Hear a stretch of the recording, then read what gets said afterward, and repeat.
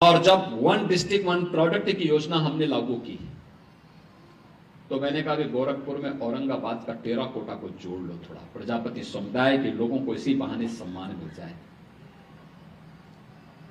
अखिलेश यादव ने कभी इनकी पीड़ा को समझा होता ना तो इतना बचकाना बयान नहीं देते।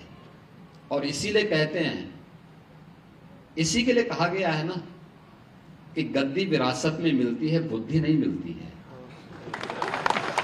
बुद्धि नहीं मिलती है, उसके लिए प्रयास करना होता है।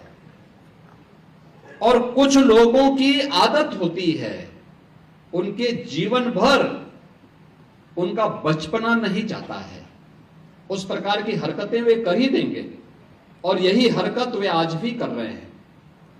उन्होंने कहा दीप जलाने की आवश्यकता क्या है, यानी उनको दीपावली से नफरत है। यानी अब तक तो हम सोचते थे कि अयोध्या में राम जन्मभूमि से और हिंदू तीर्थों से ही इनको नफरत होगी। आप याद करिए, जब हमने ब्रज तीर्थ विकास परिषद का गठन किया था तो उन्होंने कहा था कि मैं सेफाई में दुर्योधन की मूर्ति लगाऊंगा। मैंने कहा कंस की भी लगा दीजिए।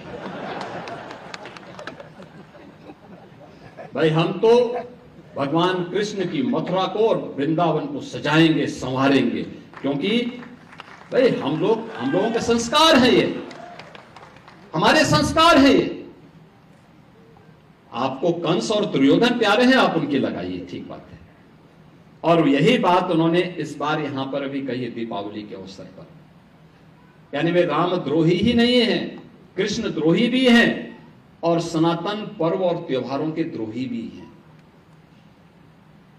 किस प्रकार का दोहरा चरित्र लेकर के लोग कार्य करते हैं, यही परिवर्तन है। कांग्रेस श्री राम को नकारती थी, श्री कृष्ण को नकारती थी।